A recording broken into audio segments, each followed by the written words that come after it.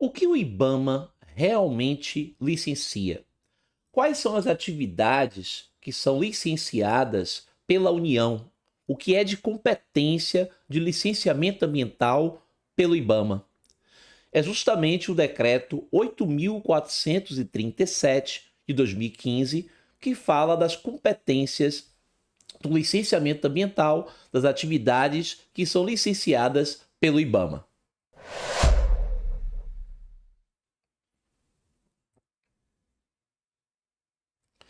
Então, falando deste decreto 8.437 de 2015, que fala das atividades que podem ser licenciadas pela União, licenciadas pelo IBAMA, é claro que falamos, né, na aula anterior sobre a resolução CONAMA 237 de 97, que já trazia essas informações relacionadas à competência do licenciamento ambiental federal e também falava um pouco sobre a competência do licenciamento ambiental estadual e municipal e também a Lei Complementar 140 de 2011, que será também uma outra aula específica, que é somente sobre essa lei complementar, que fala sobre as competências do licenciamento ambiental pelos entes federativos, que no caso é a União, os estados e os municípios. Mas nós temos aqui esse decreto federal, um decreto 8.437 de 2015, um decreto de 2015, que traz aí todas as informações relacionadas ao licenciamento ambiental federal. E a gente tem que estar aqui atento a esse decreto, porque o maior objetivo do concurso IBAMA é saber quais são as atividades, quais são os tipos de empreendimentos que podem ser realmente licenciados pela União, certo? Pode ser licenciados pelo IBAMA. Então, vamos trabalhar aqui o nosso decreto. Cadê? Espera aí, rapidinho. Pronto, está aqui o nosso decreto 8.437 de 2015, certo? E vamos falar aqui desse decreto, né? Então aqui, deixa eu pegar aqui uma canetinha mais... Pronto. Pronto, retornando aqui. Então aqui, ó. O decreto 8.437 de 2015 dispõe sobre o licenciamento ambiental federal e define os empreendimentos e atividades que se submetem ao licenciamento no âmbito da União. Ele complementa o que já foi estabelecido pela Lei 6938 de 81, que é a Política Nacional de Meio Ambiente, e pela Resolução CONAMA 237 de 97.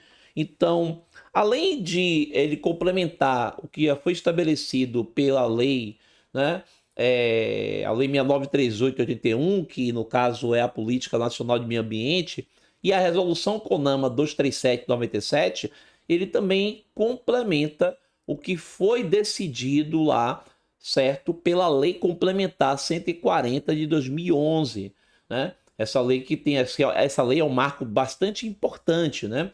E aqui o decreto ele faz essa complementação, a gente vai ver aqui. Então, aqui, certo?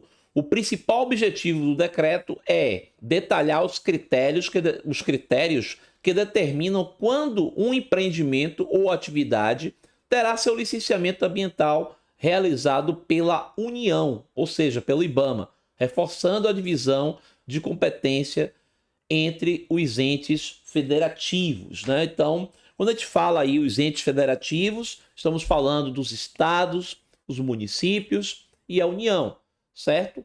Isso a partir lá da Lei Complementar 140 de 2011, certo? Eu estou sempre voltando aí um pouco à questão dessa lei, porque é essa lei que ela é o marco assim que define realmente as competências do licenciamento ambiental. Esse decreto ele só faz validar, ele valida o que foi definido na Lei Complementar 140 de 2011 e, vamos dizer assim, explica melhor o que é realmente licenciado aí pela União, pelo IBAMA, certo?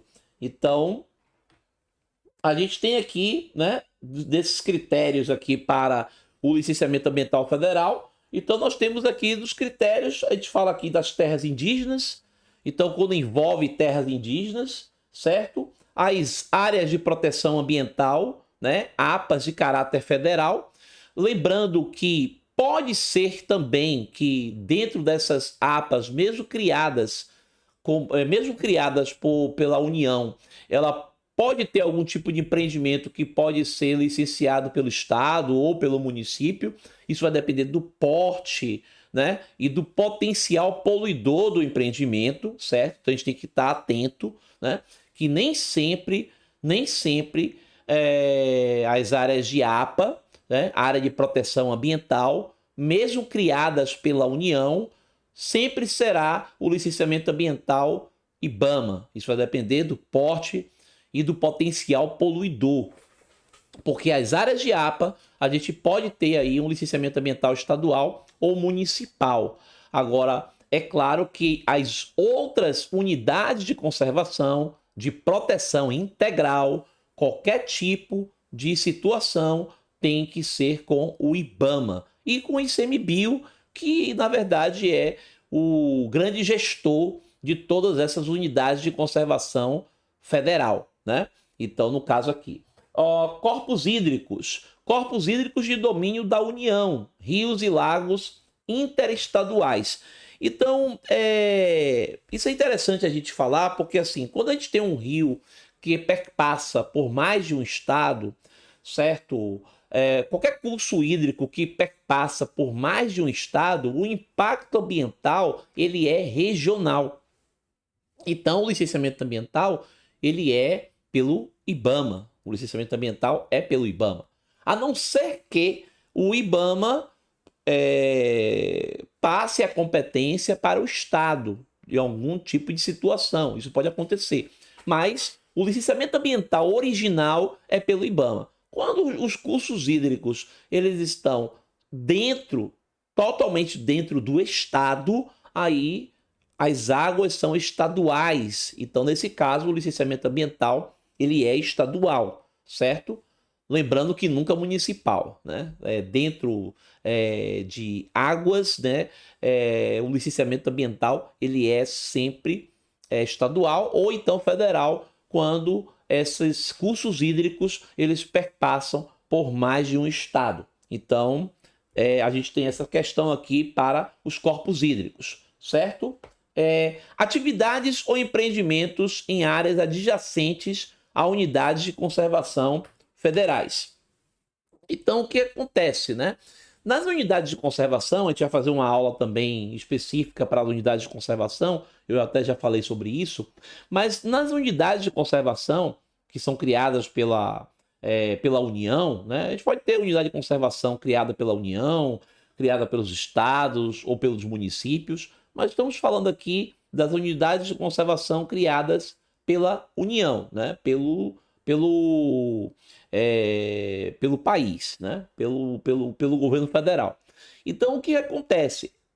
Quando a gente tem a unidade de conservação, a gente tem uma área chamada área de amortecimento, que justamente essas áreas adjacentes é uma área de amortecimento. Então, quando esses empreendimentos ele pode estar numa área de amortecimento muito próximo à unidade de conservação, aí também esse licenciamento ele vai ser, no caso, pelo IBAMA, né? Um licenciamento ambiental federal. Então a gente tem essas questões aí, certo? Relacionado à unidade de conservação.